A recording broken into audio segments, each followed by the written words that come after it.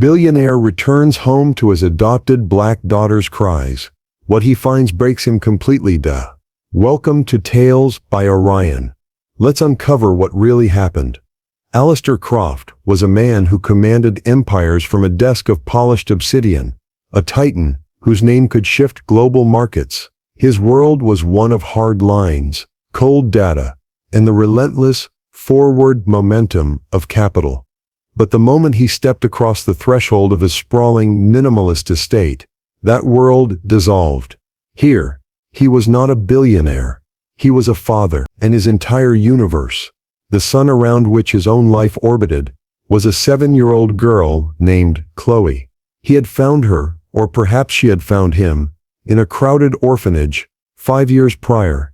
A quiet, solemn child, with eyes that held the wisdom of 1,000 lifetimes. He had fallen in love instantly, a profound unconditional love that had rushed into the empty spaces of his life and filled them with a light he never knew he was missing. Chloe was his heart, walking around outside his body. Now standing in the doorway of her sun-drenched bedroom, he watched her, a silent observer of her magic. She was on the floor, surrounded by a constellation of crayons and paper, her small brow furrowed in concentration. She was an artist, a creator of worlds. Her drawings were vibrant, fantastical explosions of color, dragons with butterfly wings, castles that floated in emerald green skies, portraits of him, where his smile was as big as the sun. Her art was the language of her soul, and he had learned to read it fluently. He knelt beside her, his expensive suit creasing on the floor. "And what masterpiece is this?" he asked, his voice a soft rumble. She looked up, her serious expression breaking into a radiant smile that transformed her entire face. "It's us," she said, pointing a purple-stained finger at the drawing. "We're flying on a rainbow." He felt a familiar ache in his chest, the overwhelming force of his love for her. "It's the best one yet," he said. And he meant, "I have to go away for a few days. Starlight," he told her, his voice gentle. "A boring trip for work." She looked at him, her smile faltering. "Will you be back for story time?"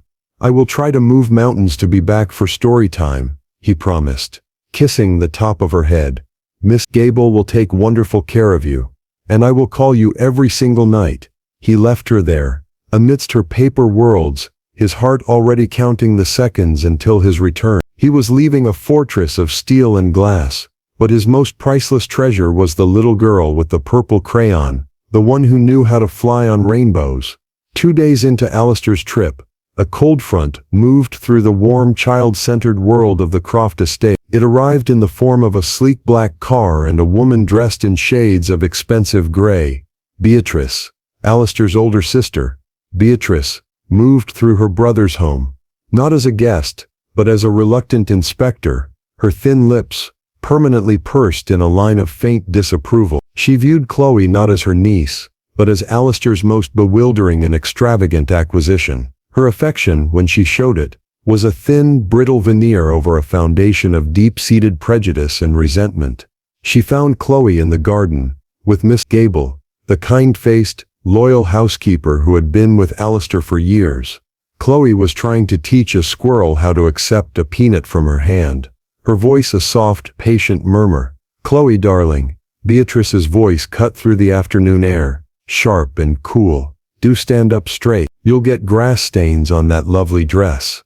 Chloe stood, her quiet concentration broken. "Hello, Aunt Beatrice. Let's go inside, shall we? I have something for you."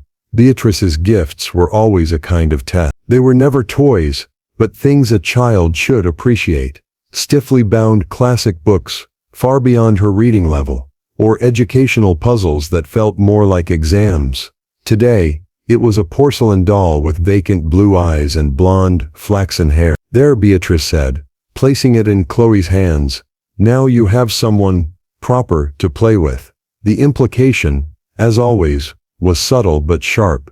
The doll was a quiet correction, a symbol of a world Chloe was not a part of. Later, as Chloe sat quietly in the living room, the doll untouched beside her, Beatrice continued her campaign of quiet aggressions. "You must remember, Chloe," she said, idly flipping through a high-fashion magazine, that you are a very, very lucky little girl. Alistair has given you a life most people can only dream of.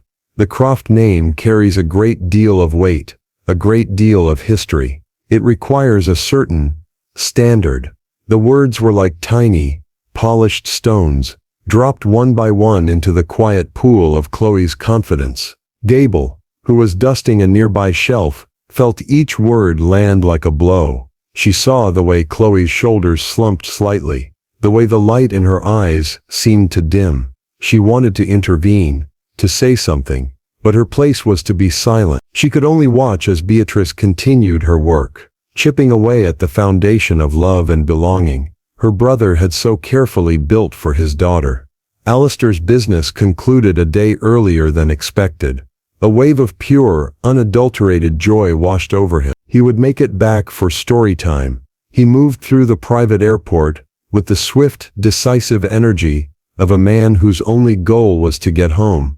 He pictured Chloe's face when he walked through the door, the radiant, surprised smile that was his greatest reward. The drive to the estate felt agonizingly slow. He let himself in with his own key, the house's familiar, cavernous silence wrapping around him. "I'm home," he called out, his voice echoing in the marble entryway. He expected the sound of small running feet, the excited cry of "Dad," but there was no response, only silence. A prickle of unease traced its way up his spine. "Mrs. Gable? Chloe?" Still nothing. He started to move through the house, his steps quickening. The living room was empty, a magazine left open on the sofa. The kitchen was spotless, a single, untouched glass of milk on the counter. His unease began to curdle into a cold, hard knot of fear. He took the stairs 2 at a time, his heart hammering against his ribs. The silence felt wrong, unnatural. It wasn't the peaceful quiet of a sleeping house. It was a heavy, suffocating silence, thick with an emotion he couldn't name. And then he heard it. It was a sound so faint he almost missed it, a sound that cut through the silence and straight into his soul. It was a cry, but it wasn't the loud, indignant wail of a child who has scraped a knee or lost a toy. It was a broken sound, a choked, rhythmic sobbing that spoke of a grief so deep and profound it seemed impossible for a 7-year-old to contain. It was the sound of a heart break. The sound was coming from Chloe's room. He broke into a run, his polished shoes slipping on the hardwood floor of the upstairs hallway. He shoved the door open, his mind racing through 1,000 terrible possibilities, an accident, an illness, a nightmare. But what he found was something for which he was utterly unprepared, something far worse than any physical ailment. It was a scene of devastation, a violation of the most sacred space he knew, and it was a sight that would shatter his world into a million irreparable pieces. Chloe was on the floor, surrounded by the wreckage of her own vibrant spirit. Her drawings, her beautiful brilliant worlds of color and imagination, were torn to shreds. The dragon with butterfly wings was ripped in half. The floating castle was a pile of crumpled paper. The portrait of him with the sun-sized smile was torn into tiny, unrecognizable pieces. She was methodically, silently, destroying every last piece of her own magic. And with each rip of the paper, a gut-wrenching sob was torn from her small body. She wasn't just tearing paper. She was trying to tear herself out of her own skin. "Chloe, Starlight, what is it? What's wrong?" Alistair rushed to her side, dropping to his knees amidst the colorful carnage. He tried to pull her into his arms, but she flinched away, her body rigid with a pain he couldn't comprehend. She wouldn't look at him. She just stared at her hands, at the torn pieces of paper, as if they were evidence of a terrible crime. "Baby, please, talk to me," he begged, his voice cracking. "Did you have a bad dream? Did something scare you?" She just shook her head, another sob shaking her small frame. She curled into a tight ball, her face hidden, refusing to let him in. He had faced down hostile takeovers, ruthless competitors, and economic collapses, without flinch. But this, the sight of his daughter's profound, unreachable sorrow, this utter helplessness in the face of her pain, was breaking him. He felt a rage building in his chest, a white-hot, directionless fury at whatever had done this to her, whatever had stolen the light from his daughter's eyes, and replaced it with this desolate, heartbreaking darkness. He looked around the room, desperate for a clue, a reason. His eyes landed on the porcelain doll, with the vacant blue eyes and blonde hair. It sat pristine and untouched on her bed, a silent, mocking observer of the destruction. It was the only thing in the room that hadn't been touched by her grief. He scooped Chloe into his arms, this time holding her tight, even as she resisted. He rocked her, whispering promises, telling her he was here, that he would fix it, that he would slay whatever dragon had done this to her. But she was inconsolable, lost in a place he couldn't reach. He held his weeping child, surrounded by the ruins of her joy, and felt the foundations of his own world begin to crumble. After what felt like an eternity, Chloe's sobs subsided into exhausted, shuddering breaths. She had cried herself to sleep in his arms. Alistair carried her to her bed, gently laying her down and pulling the covers over her. He sat there for a long time, just watching her sleep, his face a mask of grief and fury. The question burned in his mind, a single searing word: why? He was no longer just a father. He was an investigator, a man with a singular mission, to find the source of the poison that infected his child's spirit, and to eradicate it completely. He left Chloe's room, closing the door softly behind him, and went in search of Mrs. He found her in the kitchen, her hands twisting a dish towel, her face etched with worry. The moment she saw his expression, her own face crumpled. "Sir, I am so sorry. I didn't know what to do."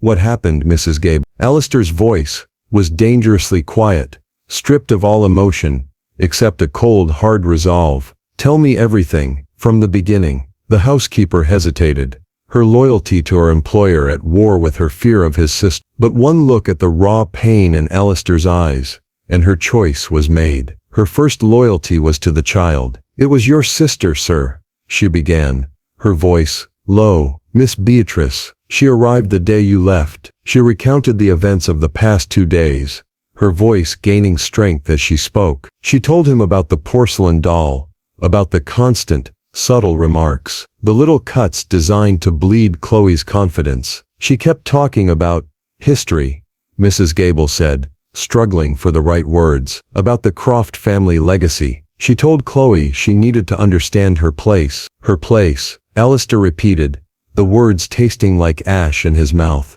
"And then, this afternoon, Miss Beatrice took her into the gallery. She was in there with her for a long time. When Chloe came out, she was quiet.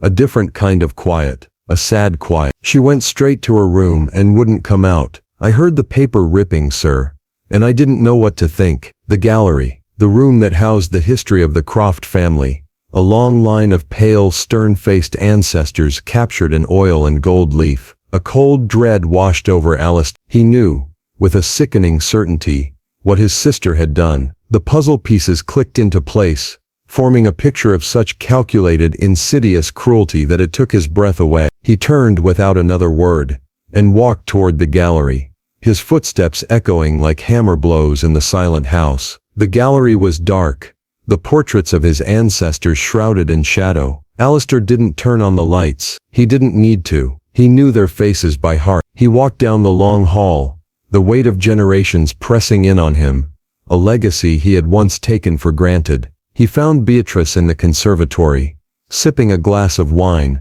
the picture of detached elegance. She looked up as he entered, a faint, surprised smile on her lips. "Alice, you're back early. How was the trip?" Her casual tone, her complete lack of awareness, or perhaps her feigned ignorance, ignited the cold fury that had been simmering within him. "What did you do to her, Beatrice?" he asked, his voice low and trembling with a rage he was struggling to contain. Beatrice's smile vanished, replaced by a look of carefully crafted innocence. "Whatever are you talking about? I spent the afternoon with the child. I was simply giving her a little lesson in our family's history. Someone has to."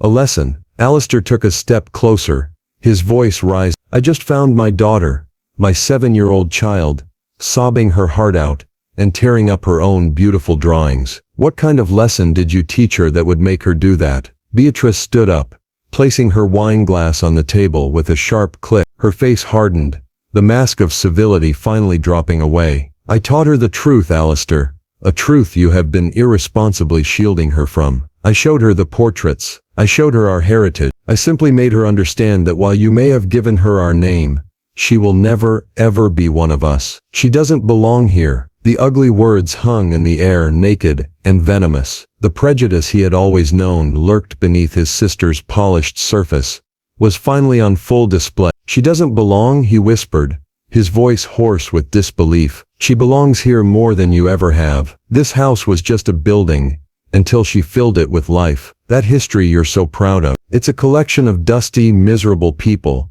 who never knew an ounce of the joy that little girl has in her smallest finger. You are a fool, Beatrice spat, her voice dripping with contempt. You've tarnished our name bringing a charity case into this family and pretending she's the same as us. She needed to be put in her place before she got any more confused about who she really is. The final cruel phrase, put in her place, was the breaking point. The last thread of Alistair's control snapped. The rage that broke through was not hot and loud, but cold and absolute. It was the calm, terrifying fury of a man whose entire universe had been threatened. Alistair looked at his sister, the woman who shared his blood, and he saw a complete stranger, a monster, hiding behind a familiar face. Get out, he said, his voice quiet, but each word was a shard of ice. Beatrice stared at him, taken aback by the finality in his tone. What did you say? I said get out, he repeated, his gaze unwavering. Get out of my house, now. You can't be serious, Alistair. I am your sister. This is my family home as much as it is yours. No, he said, the single word a guillotine severing a lifetime of connection. This is my home, and it is her. You forfeited your right to be a part of this family the moment you chose to poison my daughter's heart with your pathetic, hateful bigotry. You talk about legacy. My legacy is not in those dusty portraits. My legacy is the little girl sleeping upstairs. She is my blood, Beatrice, not by birth but by choice. And that is a bond you will never understand. He walked to the entryway and pulled the grand front door open, the cool night air rushing in. The Croft name means nothing to me, if this is what it stands for. You are no longer my sister. You are no longer welcome in my home. You are no longer a part of my life, or Chloe's. Leave, and do not ever come back. Beatrice stood frozen, her face a mixture of shock, fury, and for the first time, a flicker of fear. She had underestimated him. She had underestimated the depth of his love for the child she so despised. She opened her mouth to argue,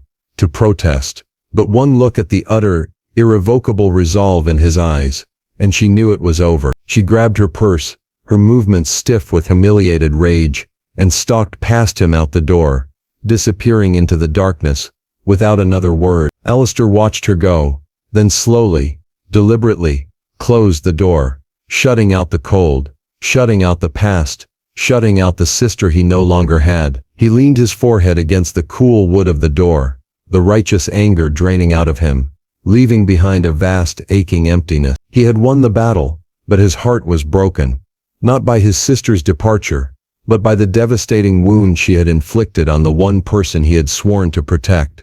He walked back upstairs, his feet heavy, his soul weary. The house was quiet again, but it was a different silence now, a silence of aftermath, of a storm that had passed, leaving devastation in its wake. He pushed open the door to Chloe's room, and found her awake, sitting up in bed, her eyes red and swollen, her small face streaked with tears. She was clutching the torn pieces of the drawing of the two of them, trying to fit them back together, a puzzle with no solution. He sat on the edge of her bed, his heart aching with a tenderness so fierce, it was a physical pain. Hi, Starlight, he whispered. She didn't look at him, her attention fixed on the ruined picture. It's broken, she whispered, her voice a tiny, fragile thing. I tried to fix it, but it's still broken. Alistair felt his own tears welling up. He gently took the torn pieces from her hands. I know, baby, I know. He swallowed hard, searching for the right words, the words that could somehow begin to mend a wound this deep.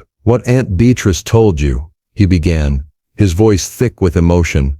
was a lie, the ugliest kind of lie. It came from a sad, empty place inside of her, and it has nothing to do with you. He cupped her small face in his hands, forcing her to look at him, to see the absolute truth in his eyes. You are not a visitor here, Chloe. You are not a lucky girl who was let in. You are the queen of this castle. You are the sun, and the moon, and all the stars. You are my daughter. You are a Croft, not because of a name, but because you are in my heart. That's the only place family truly lives. He pulled her into a hug, and this time she didn't resist. She burrowed into his chest, her small arms wrapping around his neck, and she began to cry again, but this time it was a different kind of cry. It was a cry of release, of a pain that was finally being seen and shared. They stayed like that for a long time, a father and a daughter, two survivors clinging to each other in the wreckage. He knew that words alone couldn't heal this. The poison of prejudice leaves deep,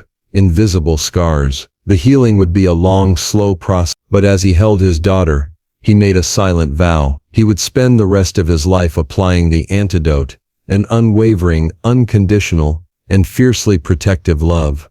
The next morning, Alistair didn't go to his office. He called and canceled his meetings for the rest of the week, an act that sent minor shockwaves through his company. His only business now was the business of healing. He found Chloe in her room, quietly looking at the blank walls where her drawings used to hang. The space felt barren, stripped of its joy. Alistair walked in carrying a large, pristine white canvas, and a brand new set of paints, with brushes of every size and colors that spanned the entire spectrum of the rainbow. He set the canvas up on an easel in the center of the room. I was thinking, he said, his tone light and conversational, that the gallery downstairs is a little boring. It's full of old, grumpy-looking people. It needs something new. It needs some color. It needs a masterpiece. Chloe looked at the blank canvas, then at him, her expression uncertain. I don't want to draw anymore, she whispered. I know, he said gently. So today,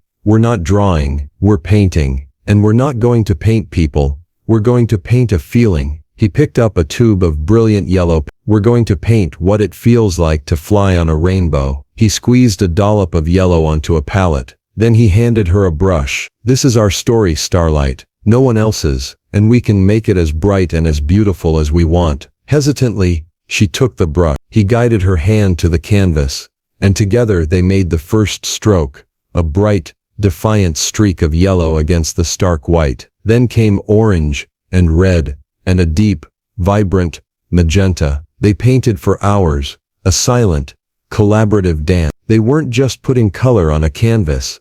They were reclaiming their joy. They were painting over the ugly lies with a brilliant, beautiful truth. They painted with their hands, laughing as the colors mixed on their skin. The room, once a scene of devastation, slowly transformed into a vibrant, chaotic and joyful studio. Miss Gable, peeking in, saw not a billionaire and his daughter, but two artists, covered in paint, creating a new world together, a world where the only legacy that mattered was the love they shared. Months passed, the house changed. The oppressive silence was gone, replaced by the sound of Chloe's laughter, which now echoed freely through the halls. The gallery of stern-faced ancestors was rearranged, and in the most prominent position, at the very end of the hall, hung a massive, abstract explosion of color. It was the painting they had created together, a testament to their resilience. It was titled simply, Flying. Chloe's own drawings once again papered the walls of her bedroom,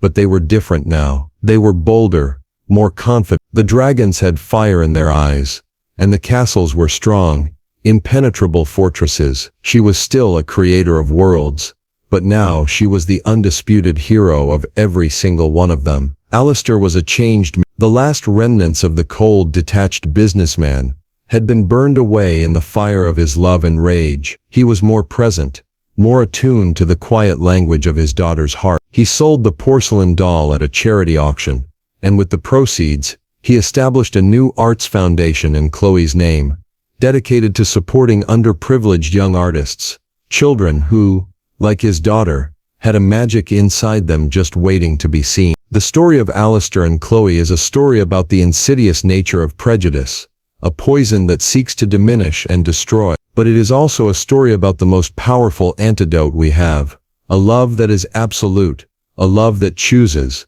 a love that sees a person not for the color of their skin, but for the brilliant, vibrant light of their soul. It reminds us that true family is not forged in blood, but in the unconditional acceptance and fierce protection of the heart. It asks us to look at the legacies we inherit, and have the courage to discard the parts that are rooted in hatred, and to build a new legacy, a new story, painted with the brightest colors of love, courage, and joy. For in the end, the only history that truly matters is the one we create together.